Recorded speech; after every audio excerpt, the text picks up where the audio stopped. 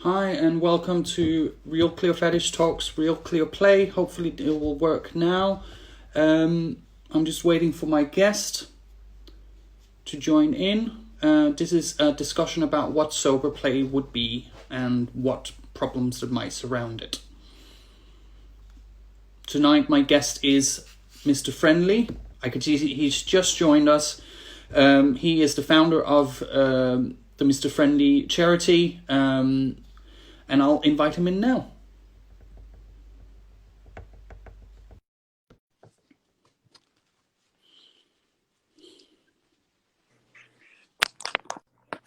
Hey, hey. Hello, how are you? Good. How you doing, Ralph? We got there. I'm gonna go sideways. No, I'm not. No. Just take a photo. Let me just adjust mine as well. There we go. How are we doing? Good. How are you? Yeah, we got there in the end. Yeah, I was enjoying a whole bunch of stuff. Yeah, you were looking. You were looking before I at clicked some. on the live feed. It took a minute for it to pop up. Yeah, you were looking at some of my previous stuff. But look, I dressed just for you. Oh, and I dressed for the occasion as well. Thank you. There we go. Mine. So we'll see. Okay, let's start with the standard questions to start with. All right. Let me just find them. What do you prefer? I call you names, pronouns, and title. I'm Dave Watt. Pronouns he, him, and I go by Dave. Dave. I mean, sometimes Daddy, Sir is acceptable in some scenes.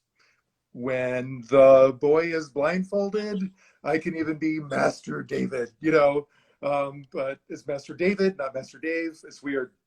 But all around, I have also been a boy, somebody's boy. So, maybe someday you can call me boy. I might hold you to that. I have a flogger I can get using then. I might just flog you right back. Maybe. Depends on how well I tie you down. Tell me a little bit about yourself. Hi. I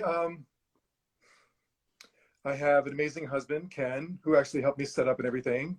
We've been married for I think 8 years, 9 years. I don't know. Oh, this is so bad. You should know this. And he's super cool, very friendly, and has the exact same boot size.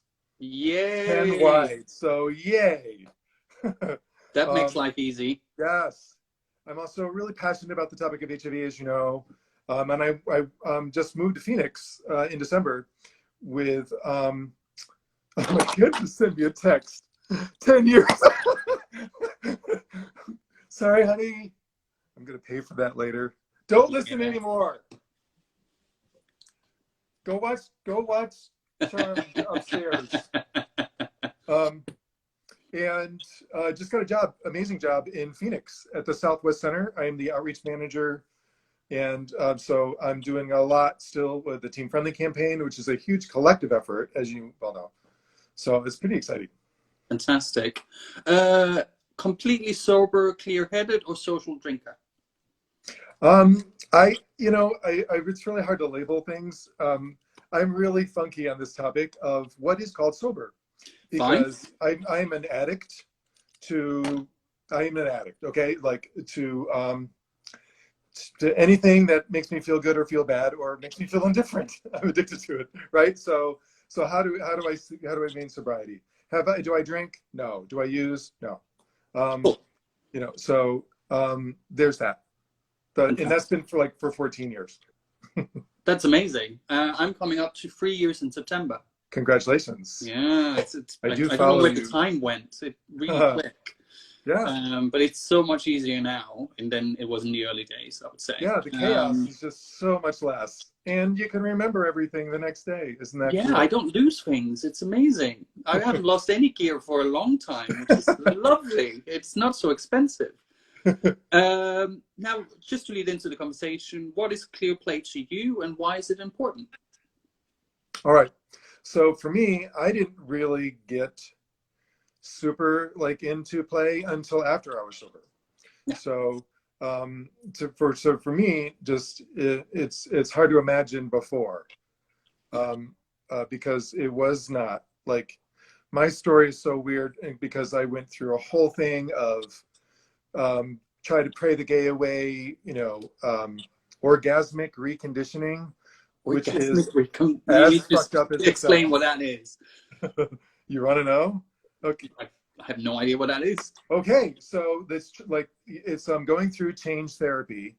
Basically, you jerk off until you're going to whatever you're going to have you're going to come, right? And then just before you have an orgasm, you change your mind to the desired fantasy. So then my therapist was like, jerk off to whatever is arousing, and then switch to heterosexual thoughts at the moment of orgasm. Wow. To try to change your behavior. Or you might have heard of snap rubber bands on your wrist to every time you have a gay thought. That's scary. That's scary. It is scary because I believed in it so hard and I tried for so many years.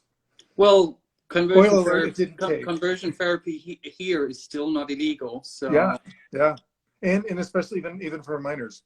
So now I can't have an orgasm without some type of pain, so maybe behavioral therapy works. I can't come without pain. Just now. make you more of a pervert. So that's it really is. It's conversion therapy. It just converts you into more of a perverted homosexual. I think there's a it's a connection, I guess. Very much so. Like my nipples, hardwired. Absolutely hardwired. Oh, I'm so jealous. Mine are not at all. It's like, leave them alone. Did you ever have them pierced? I did. Oh, okay. That didn't work? Didn't take you over the edge? No. My ears, though. My ears. I go crazy. If someone just nibbles my ears or licks them or whispers naughty things in my ears, I go completely crazy. Okay. I'm probably a Ferengi. I don't know. Sounds great. Yeah. You need to meet Mr. Phoenix Leather.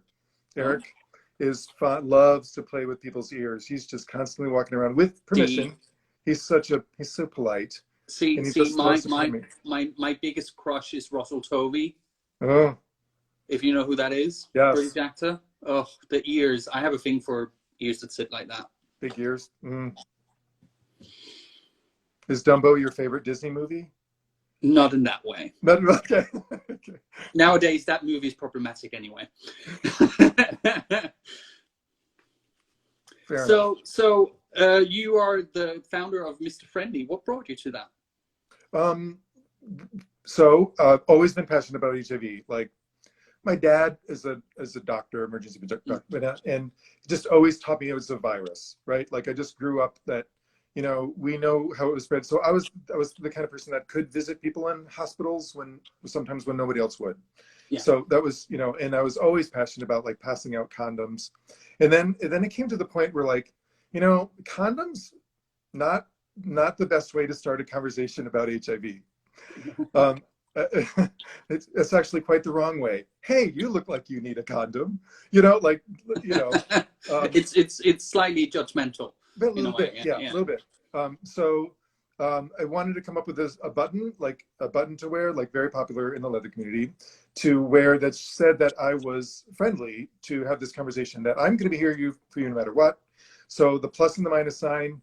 My husband and I were just like a year into it together, and he's a graphic designer. So he took my sketch and turned it into the symbol even today. That's the same symbol today. Plus and a minus sign on a smiling face. Yeah, it's an amazing logo, and it's so easily recognizable. It's cool, and we have so many variations on it now. And honestly, that has been honestly like getting really real. It's been quite a roller coaster ride emotionally, because if you are trying to address stigma, you're going to fail often. By trying to make a difference, you're going to fail. To this day, like even Mr. Friendly, quite stigmatizing. So we've actually gone through and changed it to TeamFriendly. It's now the TeamFriendly campaign. Yeah. And this logo, although it came from like leather pride colors, and widely recognized as, oh, leather pride colors. But outside of the leather community, it looks like a white face with a blue eye, So we do lots of variations on it now, very specifically, like my favorite, maybe yours. I would wear that, no problem. So, a friendly pig. And A then friendly my favorite pig is a good pig. So. friendly pig, yes. The duck says quack, the cow says moo, the friendly pig says You've seen my TikTok video, have you? What else to do in lockdown? And then just like this one is my other favorite. Oh, that's amazing. Is that for the fisting then? It is. That's another favorite of mine. Or friendly pup. Yeah, I want one of those. How much are they? I wish I could find somebody to mass produce them, but it's actually quite complicated to make this little thing. Yeah, there's quite a lot. But I'll give you a pattern if you know of somebody who can make it in your hometown. I could probably find someone, I guess. We have quite some local artists starting up now here in London, like trying to do it locally sourced and so on. So. Oh, there you go.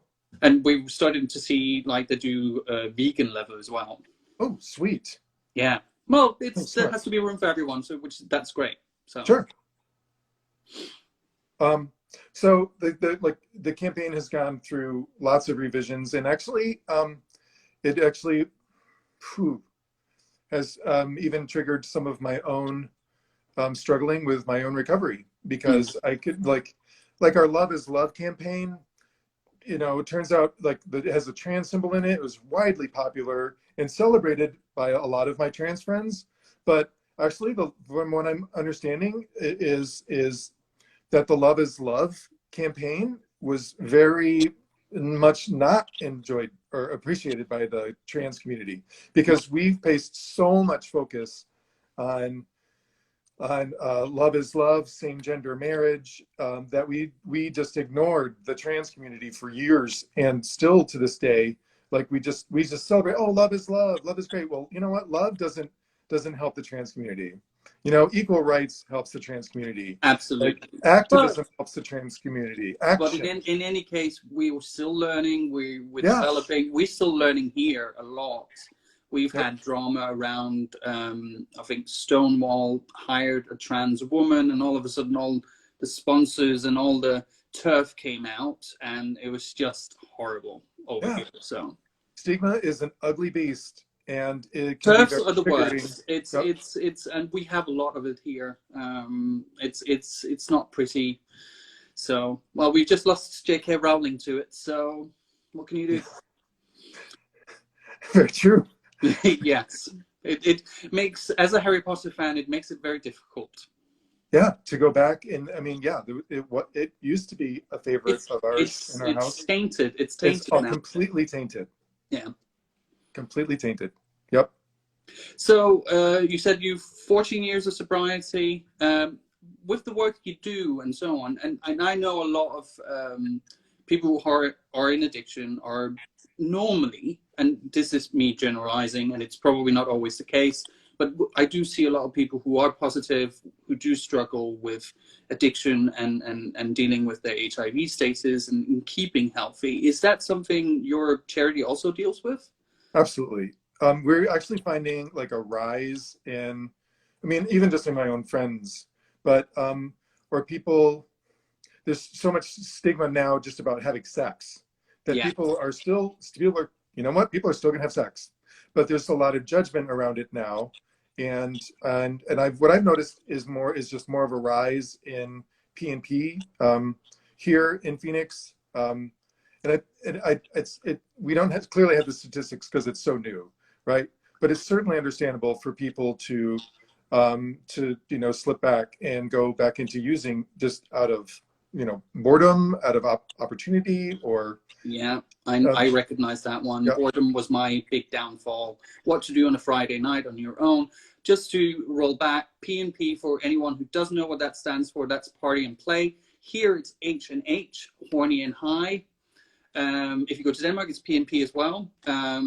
But chemsex, drug sex, whatever it's called. It's all these acronyms. I was just yeah, like, explaining what that meant too, because there will be people on here that don't know what P&P is. It's all very fun when you're from Hamburg and everyone says at the end of their profile HH, so everyone thinks they're into drugs, but actually they're just from Hamburg. okay. Good to know. Yes. So yeah, you have your Friday night. I call it a boregasm. You know, you yeah. just jerk off because you're bored, and then what do you do? Well, yeah. you know, I'm last time I saw you, it was very fleeting, and I wasn't in a very good place. That was actually IML in 2017. That was my big relapse at IML, and I just said hi to you and then off again. And that was 4 days of mess. Going to the wrong airport on the way home as well. That was wow. Yeah, it was very messy. I do want to go back to IML and reclaim it as a safe space, because it was never a druggy space for me, but it was just the wrong time for me to go in early recovery. It is too much. there. It is certainly available, readily available, and I was literally there for 5 anyway. minutes, and a friend came up to me. He's like, "You want to come up to my room?" And off I went. Yep, it's that simple. And sometimes the hottest guy is the one who's offering it. You know, yeah. This friend is quite a hot guy, yeah. Yeah. Yeah. Just so people know, we know each other from IML in 2009, where we competed together. The class of Jeffrey Payne. Ago. Yay, Jeffrey Payne. Long time ago now. Not that long ago. I don't know. 2009. It wasn't that bad. That's 11 years. Okay, sure. You don't look a day over 25. I like your filter. Yeah. It's great filter, isn't it? So, well, you said you had a list of things you wanted to talk about. Well, bring them on. Sure. I mean, I'm really anal. It's really good. It's good. But because just kind of in our conversation, just leading up to this, you know, just like for me, you know, just like clear head, you know, I got to explore like my deepest, darkest fantasies, and just talking with people and just, you know, overcoming stigma and just internalized stigma. That's like, I want to explore this, you know.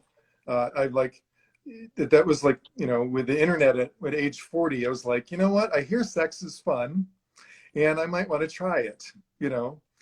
So like the internet like let me explore, and then I joined the Grand Rapids Rivermen, who was a very kinky group of men, and you know, like you know, I went to their first meeting and I was like, I like to feed people. Food and sex is really hot. I like men with bellies. I said it out loud, you know, and I was like, I'm turning red thinking about it now, you know, and they're like, welcome, you know.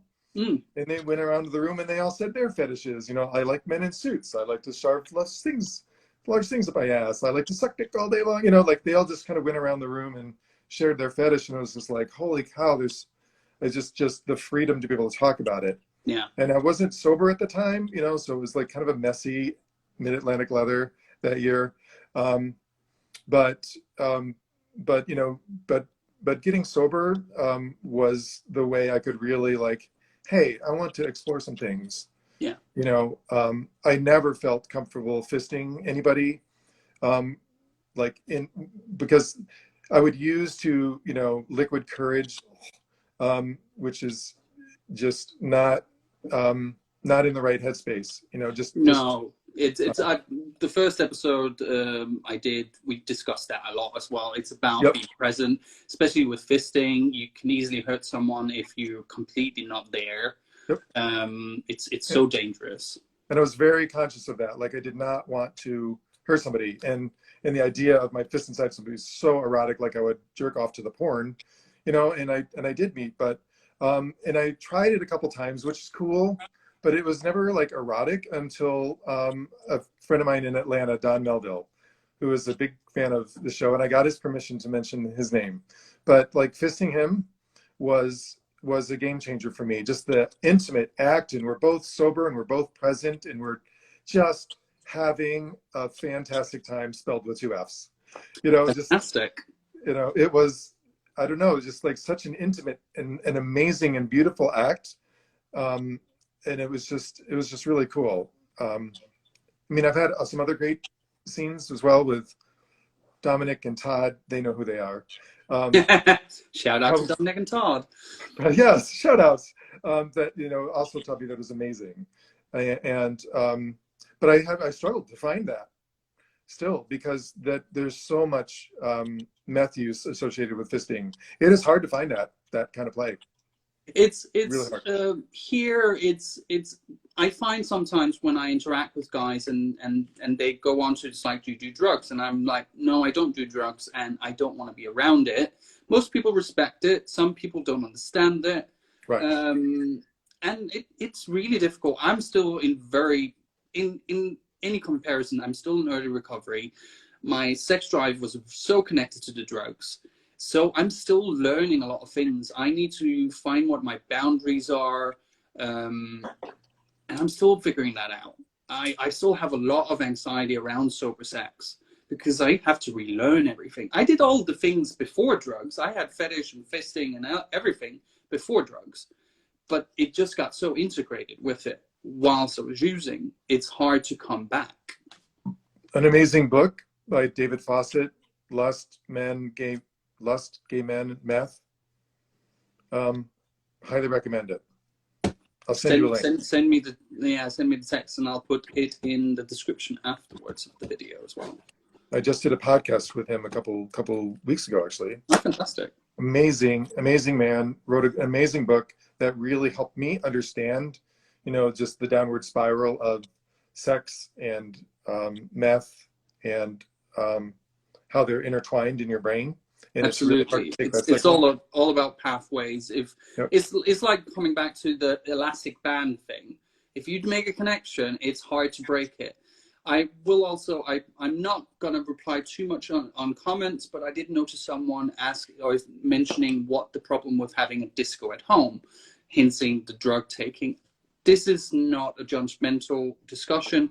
If you enjoy having that type of sex, that's fine. We're not out to judge people. This is just to explore alternatives and also explore the problems around it. So if anyone's watching and feeling a bit triggered or feel that we're judging it, it's not for us to judge. We're talking about our experiences. That's it. Like for me, it's not okay if you use and I don't. Yeah. Like I can't be around it, you know? Because I fetishize. I fetishize helping somebody in their recovery, and that is the thing for me. That's not bad, I guess. Well, I mean, it is not my place to like, I'm going to prove to you that you can have great sex while you're not high. You know, yeah. Like that's just a little. You can advise, you can share your experience, and that's about it. You can kind of show a door, but they have to walk through it if they want it. That's kind of how I look at it. But I'm like, if anyone is watching this and they kind of have questions and so on, they're more than welcome to drop me a DM afterwards, and I'll respond the best way I can. I can see we have another IML brother looking at us at the moment. Oh, okay. Yeah. They might come as a guest later on in the season. So he'd be great. Yeah. Like the other one for me is like poppers. You know, for me, I don't mind being around it because I hate it so much. Oh, I get a headache. I never liked poppers particularly, so it's fine. I get a little bit weird around it if I'm a little bit like, if I am playing with someone and he's using poppers, I find it a bit, I would prefer not to be around it. I can accept it if they need it, but preferably not. My poppers substitute though is, you know. Oh, absolutely. And my armpit smell after 3 days, I love it. I love my own armpit smell. For a week at IML, I shower like a pterodactyl, you know, just with my elbows to my side. So by day 6, I am just, you know, walking pheromones. And my husband insists that I shower before coming home. because he doesn't like it. He doesn't like it. It's just too much. It is too Okay. much. Next time I see an IML, I will come up and check. And they smell different, by the way. So They smell different. just yeah, they one was a little muskier than the other. That's interesting. I had a new experience at IML. And this is the other thing that's really cool about like having the clear head. Yeah. Is I met somebody who is into hypnosis, and very sexy guy. I decided to like, you know what, we had the talk. I trusted the play, and he hypnotized me very, very well. And I would never have trusted that scene if without my sobriety and without me being centered as a sober person. Absolutely. Because that scene is all about trust and really letting go. And he even mentioned to me that like the conversation leading up to it about my sobriety, and he preferred to play with sober people, and just because it's easier to hypnotize them, for one, and just you need to have that connection for the hypnosis to take place.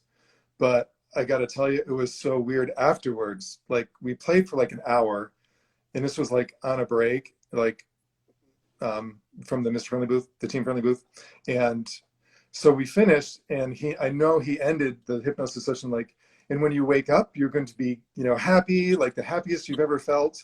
So after I woke up, I felt like I was, I felt so incredible, like this rush, this euphoria. And my friends were in the room, and they thought I was drunk. They thought I was high, and they were freaking out. Like, what did he do to you? What did they do to my friend Dave? They're freaking out, they're like, should we call Ken? What happened? Do we need to get him out of here? I'm just like, I'm not really, it was amazing. It was amazing. And I was just rushed on this high from this amazing experience I had. And it just reminded me to have good friends, to have friends that you're open with, to when you're going places like that, have friends that have your back. Absolutely. I had an experience. I went to a chorus retreat. I sing with the London Gay Men's Chorus, and we were in the bar, and I ordered a non-alcoholic beer, which I do drink on occasion. As do I. My friend came up to me like after the trip, and he's like, "So you're drinking again?" It's like, no, that was a non-alcoholic beer. It was like the most expensive beer I've ever had, because I had to buy 2 of them to fill a pint glass. Just so, do you know what? Sometimes it helps having the beer. You don't feel like you're outside everyone else. You're not standing with lemonade constantly. So he was confused. It was like, no, that was an non-alcoholic beer. But thank you for asking, though. It's all about not being defensive when they ask. Like and just generally appreciative, because clearly they care. Clearly. Most of my chorus buddies have seen me at my worst. Right. At my pure worst, like track marks, whatever. It's not a pretty sight. But there's never been any judgment, ever. I never had any judgment. That's great. I mean, I had a picture of me with a beer, a non-alcoholic beer once, and it got posted on Facebook. I didn't know it, and people were messaging me, "Dave, are you okay?" Blah, blah, blah, and I'm just like, yes, it was a non-alcoholic beer. I had to actually paste. Thank you so much for, sending me. And it was just a non-alcoholic beer. I really appreciate, like still sober. And I had to like paste that to a whole bunch of people that messaged me.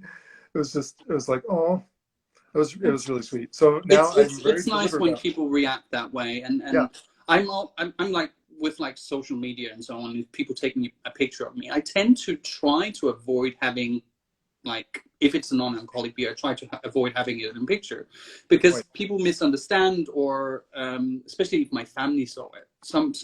My mom would panic, because she knows how bad I could get if I went down that route again. So it's good to have friends like that. It feels like, at least in sobriety, I found the people that will lift me up. There's definitely a lot of friendship that kind of, the party friendships, they went away afterwards. You can discuss if that were real friendships or not. And wish these people the best, but it's just your life changes. You kind of, I kind of look at my drug taking period as a section of my life, and now I'm in my new section of life, and it's like with a clear head. And I use clear because I don't like the word clean. I'm with you on that. Yeah. It still seems acceptable to be like, I'm clean and sober. It seems to be acceptable in many circles, but I like your clear-headed. It's more like better. you work with positive people. There's so much stigma around it. On every occasion, if I see someone who's like STD free and clean, oh, I will start. I turn into a Karen in 5.5 seconds. It's like, you need to change that. So you can't say stuff like that.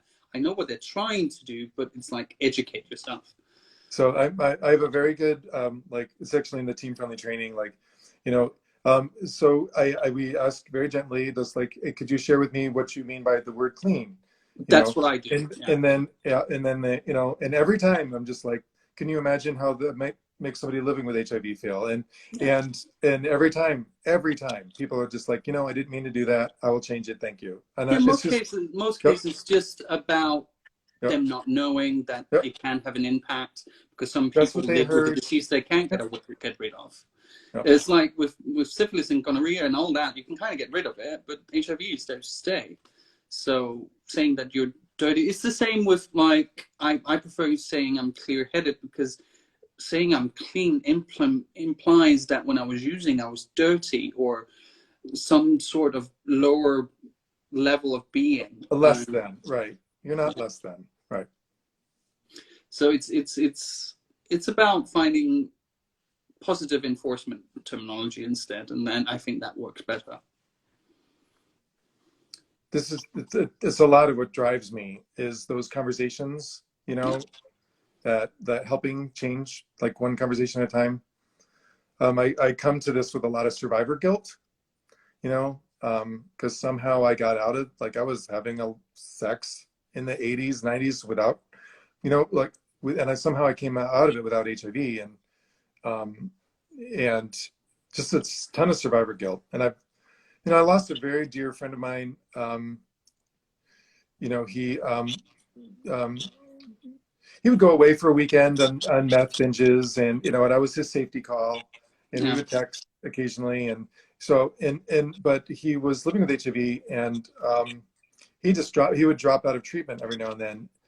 And every now and then, you know, he'd just like, I'm doing great, you know, and then he moved around a little bit, and then all of a sudden he had no immune system left, and then we lost him. And it was one of the hardest things to go through, just to see, you know, like, I really thought I was there for him. Nah. And clearly I wasn't enough. And I know I can't, you know, blame myself for that. But I also feel like I can't do enough. I fully get that. One of the things I'm very careful is, I'm very empathic. I am really good at putting myself in other people's shoes, and my mental health can suffer with that. If I invest myself in someone, I will try to my best ability to help them, but they also need to be able to help themselves. And that's kind of what it comes to. And if I feel like, okay, this is coming a little bit too close, or there's too much drama, I will pull back. And it's not anything against them, but it's just also to keep myself safe and sane. You can feel it coming, back away, regroup. I have a couple of people I keep in touch with kind of once in a while, and kind of go, how are you doing? How are you still doing well, and so on, and let them tell me if they're clean or not, if they feel comfortable with that. And I'm quite happy just using that little text just to say, how are you doing? That is such a simple thing. I have a couple of people I've never met, but I've just kind of gotten into this pattern where I just talk to them once in a while. Just kind of go, okay, how are you doing? Have you talked to your GP? Have you gone to a meeting? Stuff like that. It's so simple, and it's such small things I can do as one person. So there are it kind of brings up the topic of triggers. Yeah. You know, because there's a couple things that trigger me. One is like, I work in bars all the time, no problem. Mm. It's when people come to toast and they do like, so I'll do a round of shots.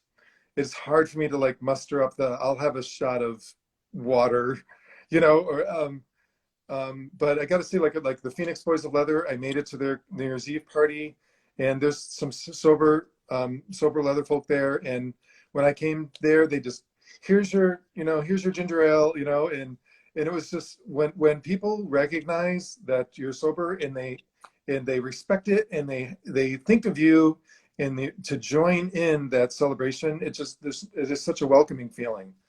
I like when I've done quite a few online meetings in lockdown, and we have the pleasure of having American guys joining us, especially proud fetish men as well. And I get blown away because I'm from a city where the chemsex and fetish is kind of interlinked. So going to a meeting in any type of gear is triggering for the people in that meeting. So I've worn a leather jacket to a meeting once, and I had several comments on it.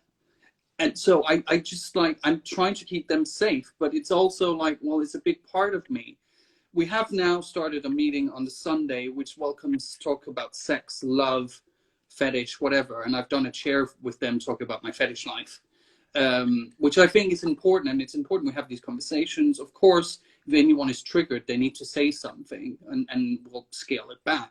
But I get very jealous when I hear about meetings in New York and Los Angeles where it's like, oh, they're just going full lever and it's fine. It's not a problem. You have lore as well. We kind of my friend Nick has started a section over here now with lore as well. So it's quite something in the States when it comes to the sober kink scene. The meetings at IML and Claw, shout out to my friend Piglet and Brian we started our 12-step leather club, and we had meetings there, and just to be able to, the freedom to be able to talk about fetish and sobriety in a room full of people where that is not like that, like in small town, or somebody new to Phoenix walking into a meeting and I'm like, I don't know anybody here. It's really not feeling safe to share everything because I just don't know, For me, it would have been nice if I'd gone into a meeting, like in early recovery, I had a session with a guy where he was a bit dominant with me and it made me feel like shit afterwards. It's just about finding boundaries and what works for me sober and protecting my own mental health. But if I could have shared about that in the meeting, that would have been great, because there would have probably been someone in that room that had the experience, but I can't share about it because it will be triggering for some of the people in the room. So as soon as I get to New York or Los Angeles or wherever, I'm going to one of the fetish meetings just to experience it. So yeah. Maybe IML when we have IML. Well, I must admit, I'm not going anywhere near America at the moment. I'm sorry. Yeah, no apology needed. I don't leave my house hardly ever. So there you go. We're slowly opening up now over here. But I'm still kind of putting my toe in the water and checking it once in a while. I'm an asthmatic, so I have to be really careful. What was I thinking? No, I've lost it now. The other trigger for me, which was quite intriguing to me, was the chastity device. When I lock myself in that, I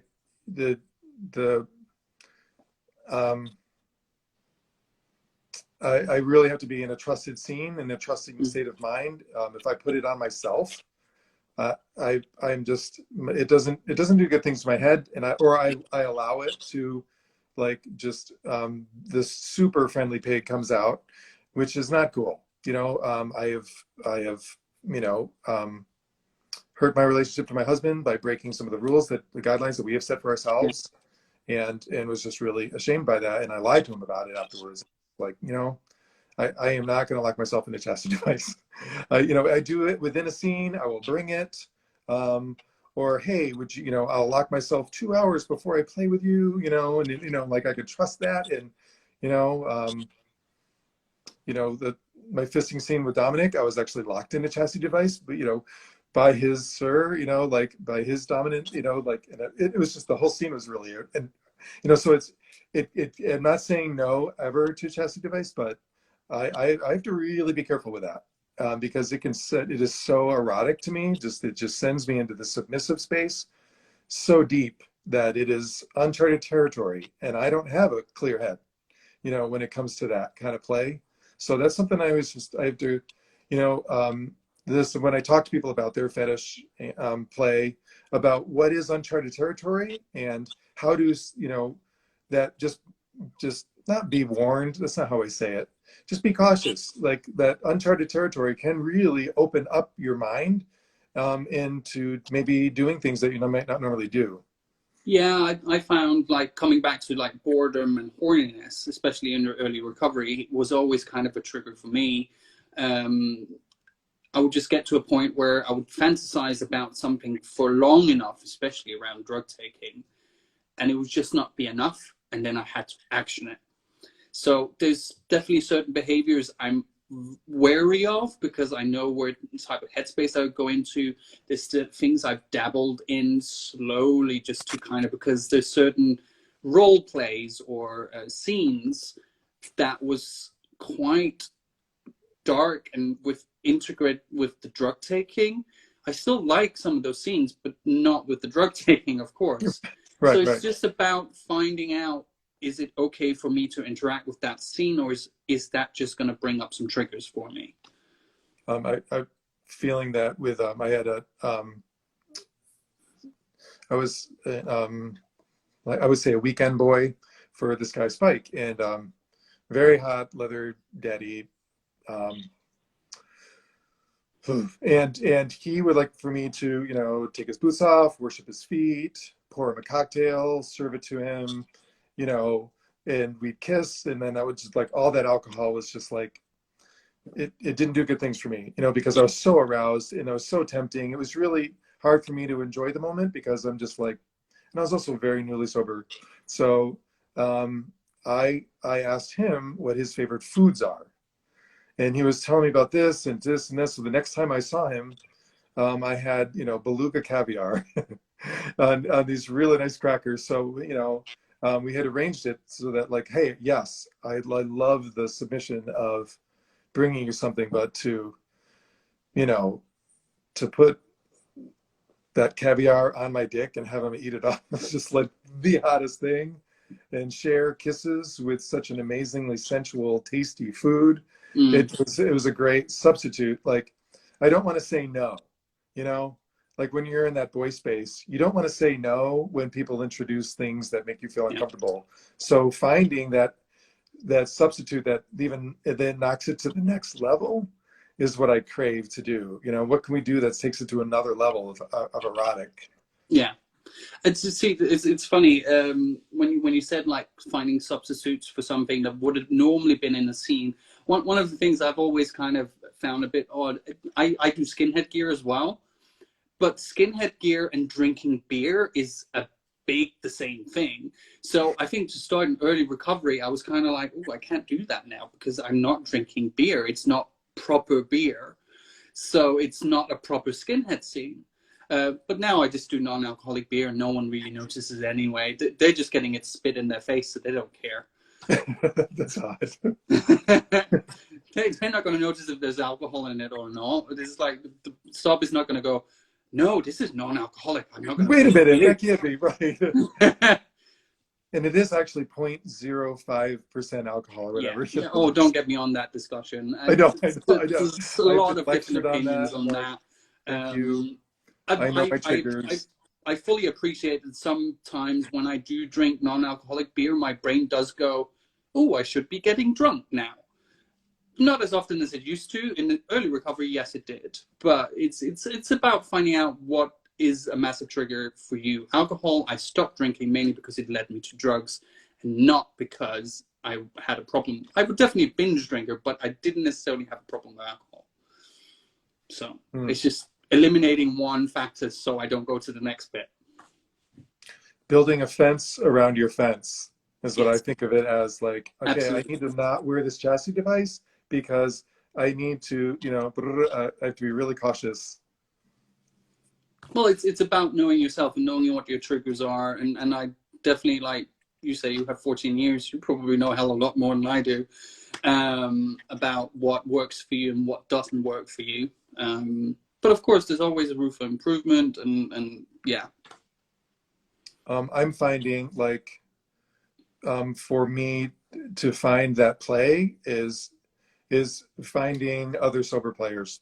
Like I can just go from 0 to 60 when they're sober as well. But I'm also finding a circle of people like, you know, just, okay, when I'm into this and I'm getting just better at saying what I'm looking for, and I'm asking in non-judgmental ways. You know, like if somebody mentioned, like here in Phoenix, people seem to openly talk about the use of meth. And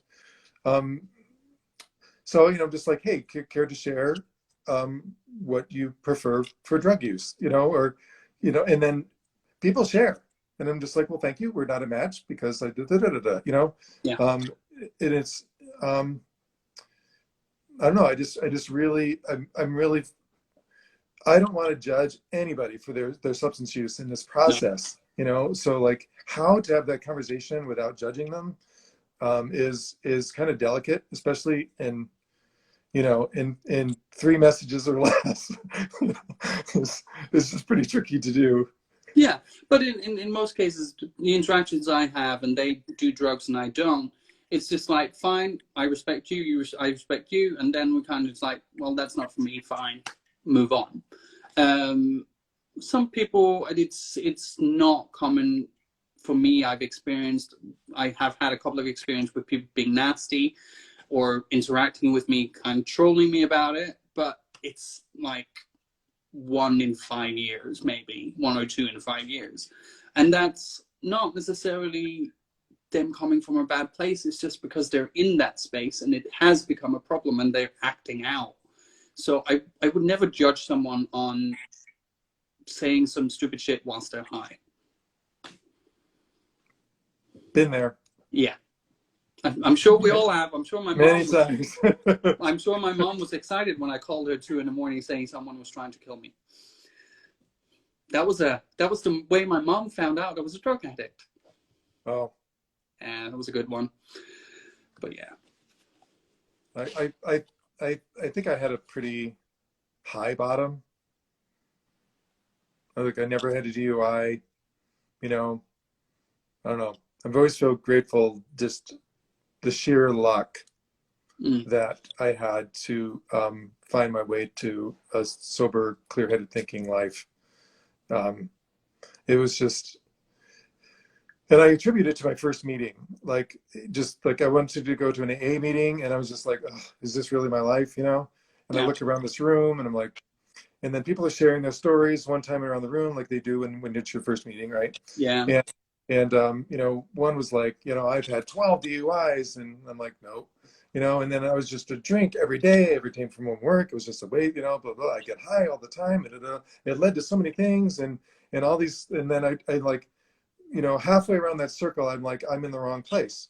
And then somebody shared their story and it was like, some days alcohol affects me differently than others.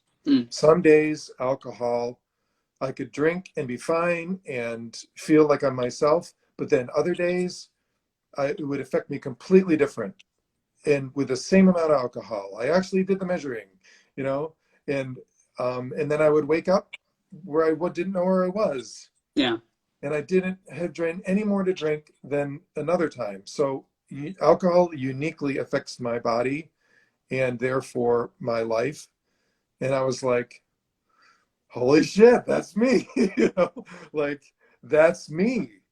And I'm like, I'm in the chaos of not knowing how alcohol was going to affect me. Was truly what the chaos was. Not that one drink leads to another, leads to another, leads to another. Like, yes, that is many people's stories, and yes, that is sometimes my story. But for me, it was unpredictable. Yeah. And that is the chaos. Was because I'd wake up, you know, I'd wake up someplace I didn't know I was. I'd wake up while having sex with somebody. I'd wake up and I was driving, you know, like what there's just that. and I had no idea that I was drinking that much the night before. Yeah. I think at the end of my drinking, and this is a funny one, I thought it was very normal to have an app on my phone that tracked where I'd been. If it was a Facebook app, and it would just geo-tag me for everywhere I went, so I could just see where I'd gone, and I could kind of figure out why I would have been gone there, and I went down to piss there, and then but it was just like, it was almost like a badge of honor. It's like, oh, look how crazy I was at the weekend. I don't know where I went and who I was with, and it's like also that feeling of waking up. If you had like a lineup of 10 guys, I wouldn't be able to tell you who I've been with. And it's not a nice feeling. You just feel slightly used afterwards, and everyone just kind of, you go completely face blind in most cases. I've gone home with guys before where I'd been with them before and I just didn't know. Mm. That's not a great feeling. No. Especially not for them when they find out I don't remember them. That's not, that's not a nice thing. No. I've definitely pissed off one or two people with that. Right. So. Well, and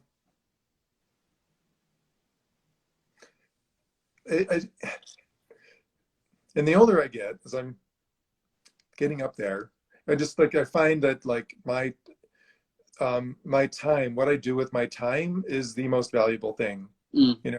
Yeah. Like, when you're 40, you're like, okay, what am I going to do? What am I going to do with my life? Am I hitting am I in the right career? Am I in the right relationship? And then when I hit 50, I'm just like, what am I going to do with the rest of my life? What am I going to do with each weekend? What is the most important thing to me? Yeah. And now that I'm coming closer to 60, it's even that much more important, 57, like it's really important. So, and I attribute that to my play as well. Like I am not, I am not, more is better. It's much more focused on, I would like to experience this, and I'm going to go for it, and I'm going to seek that out. And that journey of seeking it out, I'm finding to be very erotic itself. The hunt is so hot. I've heard on several occasions when people talk about like chemsex, and it's normally like 1 day, 2 days, 3 days long, and you just like almost no skin left down there because you've been wanking so much. And then when people come into recovery, it's like, oh my God, I had an amazing session and it was just 2 hours. And I was like, it doesn't have to be that long. It's not supposed to go on for days and days and days. That's not the point.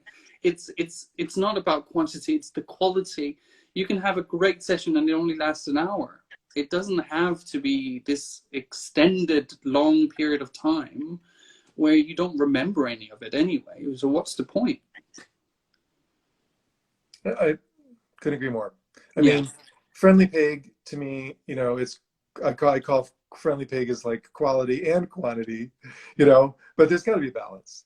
Absolutely. It's about finding what's the balance for you and what's healthy for you and what works for you. I almost had to step away from fetish completely because it was just too triggering, but I'm a stubborn asshole, so I'll keep at it. Even when I get told, oh, you should give it up, it's going to be triggering the rest of your life. It's like, well, no, I don't believe that. I don't necessarily, that might be your truth, but it's not mine. And I had fetish before chems because I only started using when I moved to London. So it's been a battle to get back to it. But it was just such an enjoyment. All of a sudden sitting on the underground and I had leather jeans on and I was scrubbing my thigh and I was just like, actually, I'm enjoying this. Just scrubbing my leg, that was it. Before, I would just think about what I would do in the gear. Hmm. And that was a problem. I hated my gear at one point. Really did. I didn't hear anything you said after you said you had a stubborn asshole. Oh. All I was like, what can I do to his asshole to make it less stubborn? I could do this, I could do that.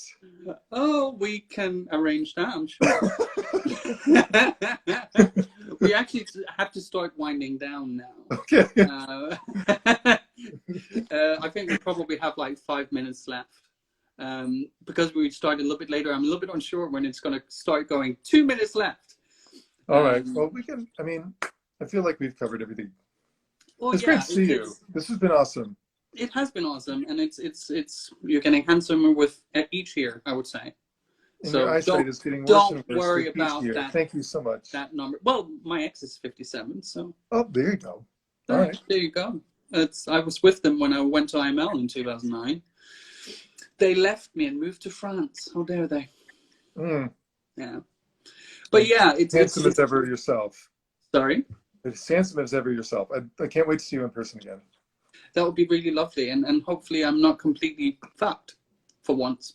That would be nice. Unless it's the other kind of fucked. There you go. Yes. That would be better. Get fucked right. But no, it's been a joy to have you on, and also really nice to hear your story and where you kind of sit on how you feel and so on.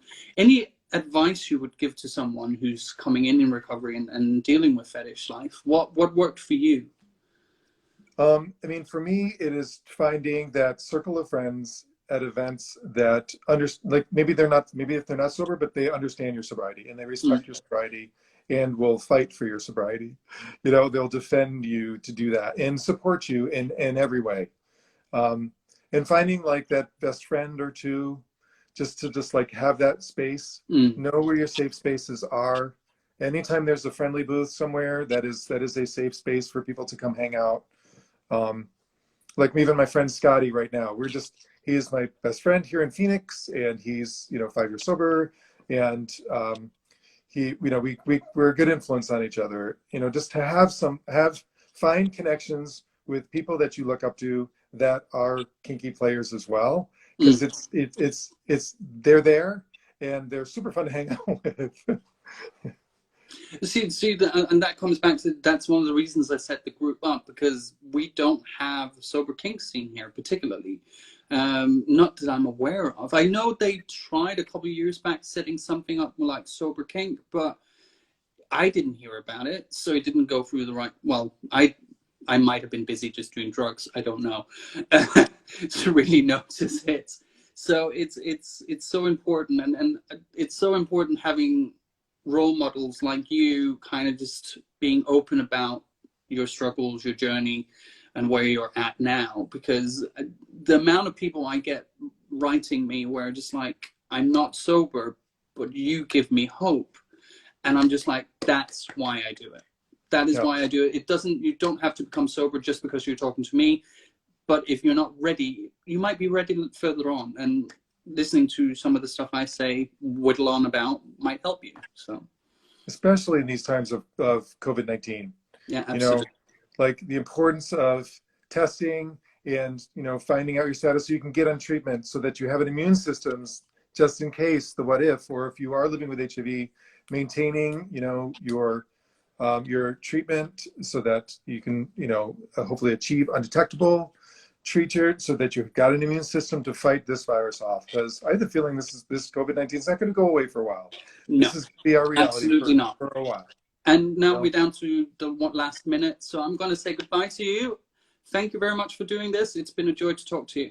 Great to see you, Ralph. Okay, ciao. Bye.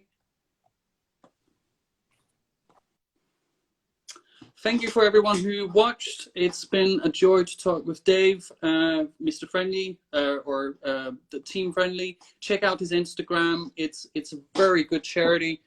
It's all about fighting stigma against HIV positive people. So everyone have a great Saturday, or whatever time zone you might be in. And I'll see you next week with my next guest, who's a local here from England. So be safe. So clear head, clear fetish. Stay safe, stay sexy, stay sober. See you next week.